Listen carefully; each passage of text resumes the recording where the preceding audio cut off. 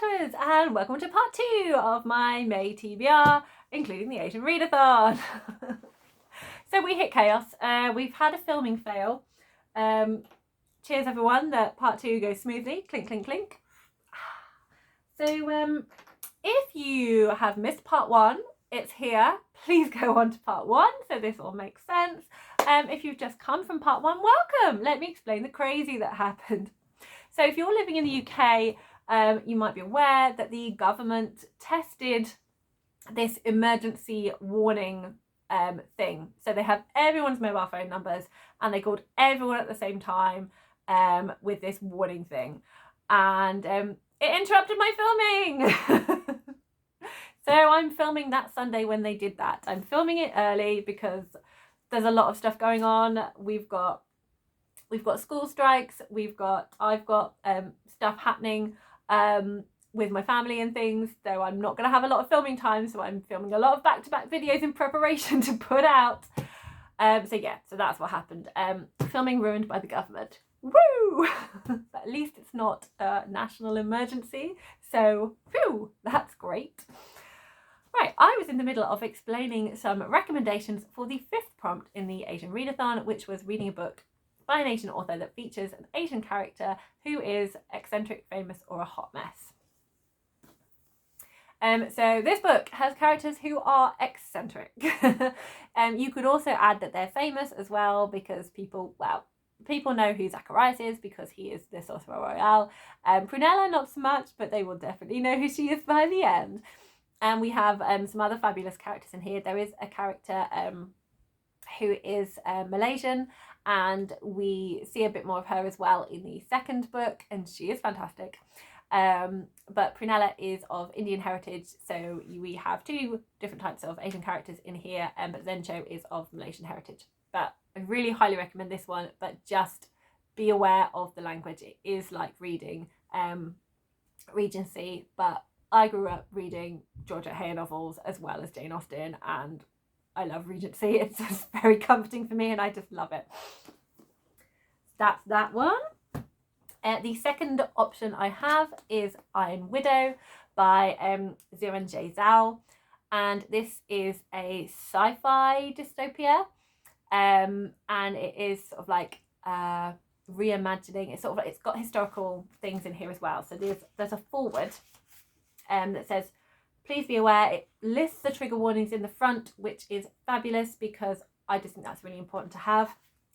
This book is not historical fantasy or alternate history, but a futuristic story set in an entirely different world, inspired by cultural elements from across Chinese history and featuring historical figures reimagined in vastly different life circumstances. So she's very clear that she's taken a lot of liberties with things, but that's all of her. They are taking a lot of liberties with things, but that is all of their inspiration for this book and these characters. So in here, I would definitely put the characters in famous. We have our protagonist who becomes a co-pilot, a fighter pilot within these sort of big like robotic, they're called chrysalises, but they're like giant robotic machines that fight the invasion that they're experiencing. But this world is massively misogynistic and women are much further down the pecking order. They're deemed as absolute second class. There is actually a line in here that says that women are better at sacrificing. So they are essentially put into these machines along with a male pirate, and the male pilot will have a stronger balance more than the women of Kui, which is kind of like this life force, this like spirit magic that will power these machines. And often the male pilot will drain the female pilot by batteries because she's not got the strength to kind of match the male pilot that she's piloted with, and often they die. So these girls are kind of sacrificed by their families because if the girl dies in battle, the families get a load of money. So that's a lot to deal with. It's a very harsh world. Definitely check the trigger warnings. But there is queer representation in here. There is disability representation here. It is very feminist, but I'd say it is a very harsh world. And if you're a bit squeamish, maybe you don't read it. There we go. So those are my recommendations for the Asian Readathon for four of the prompts. So the first prompt is read a book by an Asian author, and I have two that I want to read. So basically I have 6 books on my TBR that I want to read, and I'm not sure which one to kind of fit in this one. I'm just going to talk to you about both of them. So the first one is Reaper at the Gates by Sandra, and this is the 3rd book in the Ember and the Ashes quartet. And it has a military setting. There is kind of different political factions within here. There are rebels. There is a military base. And I'm not going to say anything else other than that. It is YA fantasy. There is a certain level of teen angst in here, but within that there is a really kind of like fun adventure setting as well. I really enjoyed the first 2 books, and I'm keen to see how the story progresses going forward in this one. And Sandra here is of Pakistan heritage. So that goes on the shelf. Oh, that needs to move. Just going to reorganise my shelf again.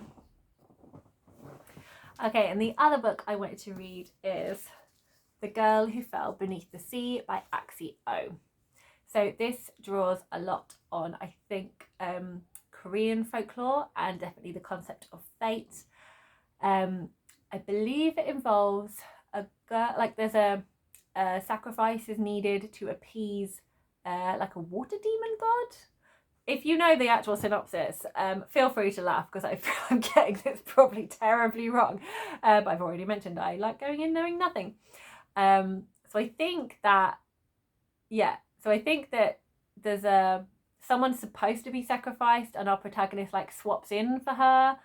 And there's a lot of like fate themes in here as well.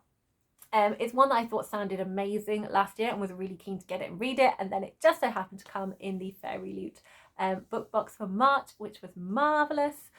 Looks so pretty. Oh. So yeah, I'm really keen to read this one and see where this story goes. So O is of Korean heritage, or could even be Korean. Again, I should probably check these things before I start talking about them. Okay, she's 1st generation Korean American, so there you go. And it has been on my shelf going, you need to read me, and I've been going, yes, I need to read you, and the time has come. I'm reading this book. If I can't read it now, I have no idea when I will read it. Come on, this needs to happen. I need to stop just admiring it and being excited about it and actually read it.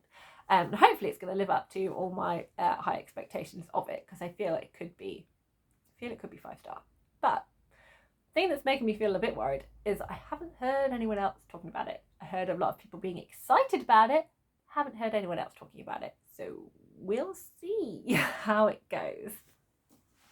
These are all the ones I have for my Asian Readathon TBR. So prompt 1 is either going to be Reaper at Gates or The Girl Who Fell Beneath the Sea. Prompt 2, which is featuring a friendship, is going to be The Order of the Pure Moon, reflected in water. Prompt 3, which is self-identity, is going to be We Are Displaced. Prompt 4, which is adventure, is going to be Asha and the Spirit Bird. And prompt 5 is character that's hot mess or eccentric or famous, is going to be The School for Good Mothers. So within here I have Pakistan, Korea, Malaya, Afghanistan, India and China represented. So that's my Asian TBR. So I'm very happy with this, and also what is thrilling is it also gets me going with another one of my goals that I have not been doing well at all. March was terrible. April fared a bit better, but I've not been reading what I own. I've been distracted by that wonderful place called the library and kind of prioritising my library books. So I'm determinedly staying away from the library to a certain extent. Well, it's hard to stay away completely, isn't it? So all of these would hit my Read What You Own challenge because they were all on my physical TBR list. So that'd be awesome. So I have some other books that I'm considering reading in May as well. Some book club group ones. And my other focus is I'm just really wanting to progress more with my series. I've kind of just let them fade a bit and I've started new ones, so my series pile has grown, and I'd much rather be reading and getting through series sort of closer together than having big gaps in between them, which is kind of what I have been doing. Then I don't have to reread them to remember what's going on. Tea is quite cold now, which isn't that great, so I might just abandon the tea. So I'm going to just show you my little seasonal shelf, because there's some books on there that I may decide to read in May. So here we are. These some of these came from the book game live that I did, and others I've just kind of added into the mix of things that I know I have coming up. So there are definitely a couple on here that I will be prioritizing because they are part of well, there's one on here I'll be prioritizing because it is part of a buddy read along, hob along, the hob along. So guess which one that will be? That's right, it's Dragon. Oh, I was going to call it Dragon Blood. It's not. It's Blood of Dragons. So I've been saying that wrong for a while. Another one that I might be picking up as well, continuing with the series thing, is The Hollow Hills by Mary Stewart, because I have not read that series for a long time and I would like to finish it. The other books on here, I really want to read all of them. That's why I own them. That's why I have them. I'm excited by them. But I'm also realistic. It may not happen. So yes, Blood of Dragons by Robin Hobb is the 4th book in the Rain Wild Chronicles. Although I count 1 and 2 as one book, but hey ho, that's another issue. The Rain Wild Chronicles is the 4th series in the overall Realm of the Elderling series. And I am loving it.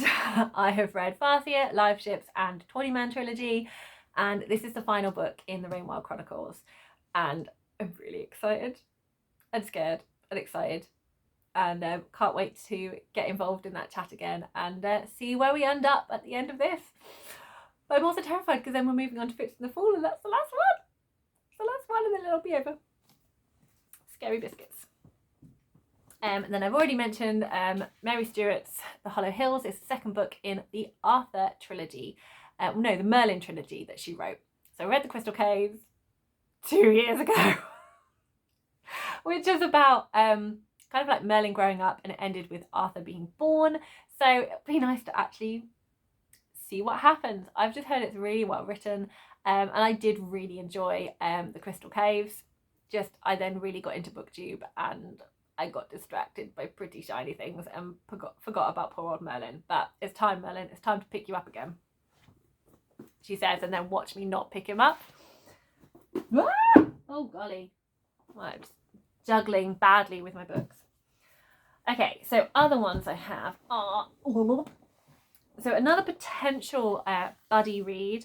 I don't actually know when this one's happening. It might be happening May, it might be pushed to June, I'm not sure. I'm still kind of waiting to hear if it's all going ahead and when it's going ahead. But there was talk on MJ's Discord about reading Good Omens, which is by Neil Gaiman and Terry Pratchett. I've read this before, I really enjoyed it. I also really enjoyed the David Tennant and Michael Sheen drama. And there's a series 2 coming out, which Neil Gaiman is very involved with. And I believe he also said that him and Terry Pratchett had discussed ideas for what could happen. So I feel okay with it. I feel excited. I feel that I can trust Neil Gaiman being involved in the show and having David Tennant and Michael Sheen playing these characters amazingly, that it will be a good direction for it to take, even though I enjoyed where it went and how it ended as it was anyway. But this is a book that we'll be focusing on, and I have this really gorgeous edition that has beautiful illustrations. It's illustrated by Paul Kidby, who does the illustrations in a lot of Terry Pratchett works, and for me he just perfectly draws what I think of the characters. And if you look, you can see that this is Michael Sheen as Zaphiel the Angel, and here is, I think on the back, bookending. Oh no, it's not bookending. Okay, it's another page in here. On the back of that illustration, we have David Tennant as Cowley. I just think it's so cool. So I've read it, but when I read it, I didn't read this copy, so I'm really excited to read this copy. So if it's this month, I will be reading that. The next I have a load of middle grade where I want to be continuing on in the series. So I have Percy Jackson by Rick Riordan. I've read this before. This is one of my focus rereads that I wanted to do. I really enjoy it when I reread them, but I do tend to be prioritising new books over rereads, even though I have a great time when I'm rereading. But I treated myself to like these new covers and I really like them. So it is really delightful to be reading a book series that I'm really nostalgic for in beautiful covers, because I didn't like the original ones. So this is Percy Jackson and the Battle of the Labyrinth, which is the 4th book in the original Percy Jackson series. So I'm keen to give it another reread. I really enjoyed this one when I read it the first time. I then may be continuing with Vidania Silverscribe. We are reading the Unmapped Chronicles together. This is Jungle Drop, the 2nd one, which we read in April. So we have one left. So there's just one left. So we might read it in May, we might read it in June, I don't know, we haven't decided.